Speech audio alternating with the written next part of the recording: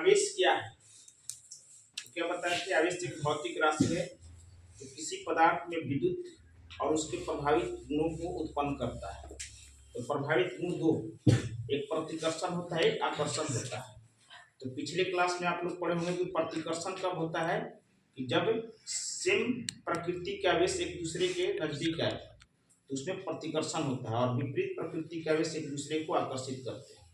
ठीक है, ये कल आवेश बताए थे, मैथमेटिकल दृष्टिकोण से बताए थे कि जब किसी चालक पदार्थ में विद्युत धारा प्रवाहित की जाती है तो प्रवाहित धारा उसमें लगे समय के गुणनफल को आवेश कहते हैं। ठीक है, चालक में अगर I एम्पियर की धारा t समय तक प्रवाहित करते हैं तो उस पदार्थ का आवेश Q बराबर क्या होगा, I × T। ठीक है, उस भौतिक राशि के अनुसार उसका मात्रक होगा एम्पियर सेकेंड, और एम्पियर सेकेंड को हम क्या बोलते हैं, कूलम्ब बोलते हैं। ठीक है, अब उससे निकल गया कि आवेश कैसे मात्रक क्या कूलम्ब होता है। लेकिन बीमा हम बताए थे कि एम्पियर का बीमा A और समय का बीमा T होता है, तो आवेश का बीमा AT हो गया, कल ही बता दिए थे। अब हो गया इससे रिलेटेड कुछ पद होते हैं, जिसे चालक, अंग्रेजी में कंडक्टर बोला जाता है। चालक किसको कहा जाता है? चालक या सुचालक दोनों एक ही चीज होता है। तो ऐसे पदार्थ जिनसे आवेश का प्रवाह आसानी से होता है उसको हम क्या बोलेंगे, चालक।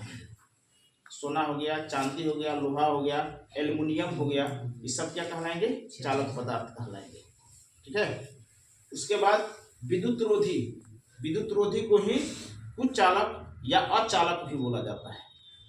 ठीक है, याद रखिए, कुचालक, अचालक, विद्युत रोधी, तीनों का मतलब एक ही होता है। ऐसे पदार्थ जिनसे आवेशों का प्रवाह आसानी से नहीं होता है उसको हम क्या बोलेंगे, विद्युत रोधी, नॉन कंडक्टर या इंसुलेटर, दोनों अंग्रेजी में बोला जाता है। विद्युत रोधी, कुचालक या अचालक। लकड़ी, कांच, ये सब क्या है, चालक है।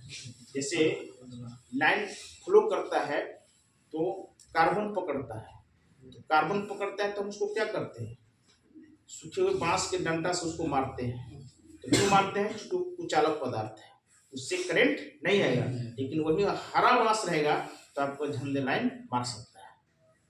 ठीक है, तो क्या है, लकड़ी कुचालक है, इसलिए उसको लकड़ी से। रबड़ भी कुचालक पदार्थ है। मिस्त्री अगर काम करता है तो हाथ में दस्ताना लगाता है। ठीक है, क्योंकि करंट अगर उसमें फ्लो भी करेगा तो उसके बॉडी में वो टच नहीं करेगा, क्योंकि हाथ में दस्ताना पहना है। और दस्ताना किसका बना होता है, रबड़ का। रबड़ क्या है, कुचालक पदार्थ है। जनरली उदाहरण में भी आप लोग देखेंगे कि जहां अर्थिंग दिया जाता है, ज्यादातर अर्थिंग कहाँ जाता है, जहाँ कल ओल रहता है। तो कल ओल की तरफ अगर अर्थिंग देते हो, अगर कोई औरत या आदमी मतलब बिना चप्पल का चलता है, कभी कभी झंझनाहट लगता है, दैट मीन्स उसमें अर्थिंग आता है, कल में भी लगता है। वहीं तुम चप्पल पहन कर चल जाओ तो झंझनाहट नहीं लगता है। क्यों? क्योंकि क्या है, कुचालक पदार्थ है। ठीक है, कभी कभी क्या होता है, कोई औरत आयरन कर रही है, सुने होगे, देखोगे हुए, और उसका यहाँ से आयरन का जो तार है टूटा हुआ है, या कभी मान लीजिए स्विच ऑफ ऑन करने के बाद टिकटी निकलता है, हाथ में देखते होगे। अगर वो नीचे जमीन पर खड़ी हुई है, चप्पल नहीं पहनी, अगर वो तितली इसको यहाँ टच करते हैं तो तुरंत ढलान मारता है और गिर जाता है। लेकिन वही अगर चप्पल पहनेगी तो हल्का करंट अगर तितली आएगा भी तो उसको झटका मारेगा, पूरा करंट नहीं मारेगा, क्योंकि उसका बॉडी अर्थिंग नहीं लेता। नीचे चप्पल पहनी है, लेकिन अगर चप्पल नहीं पहनी रहेगी तो पूरा लाइन उसको मार सकता है और डेथ भी कर सकता है। ठीक है, ये हो गया विद्युत रोधी और कुचालक या अचालक। तीसरा है अर्धचालक। अर्धचालक किसको कहा जाता है, तो वैसे पदार्थ जिसकी चालकता, मतलब चालकता का गुण चालक और अचालक के बीच रहता है, उसको क्या कहेंगे, अर्धचालक। सिलिकॉन, जर्मेनियम, ये सब क्या कहलाता है, अर्धचालक। फिर एक होता है कि प्रेरण द्वारा आवेशन। आवेश की उत्पत्ति हम बताएं तो कैसे होता है, घर्षण से, इलेक्ट्रॉनों के स्थानांतरण से। अब आपको एक टॉपिक होगा कि प्रेरण द्वारा आवेशन किसको बोला जाता है। ठीक है, तो प्रेरण द्वारा आवेशन में क्या करते हैं, हम डिफिनेशन लिखा है कि जब किसी आवेशित पदार्थ के नजदीक किसी अनावेशित पदार्थ को लाते हैं तो वह अनावेशित पदार्थ भी आवेशित हो जाता है, और इसी प्रक्रिया को हम क्या कहते हैं, प्रेरण द्वारा आवेशन। ठीक है, दो वस्तु यहाँ देते हैं। अब उसमें दो चीज पॉइंट दिखा दिए कि प्रेरण द्वारा आवेशन में जो अनावेशित वस्तु होती है वो आवेशित हो जाती है, लेकिन उसके दूसरे भाग पर विपरीत प्रकृति का आवेश उत्पन्न होता है।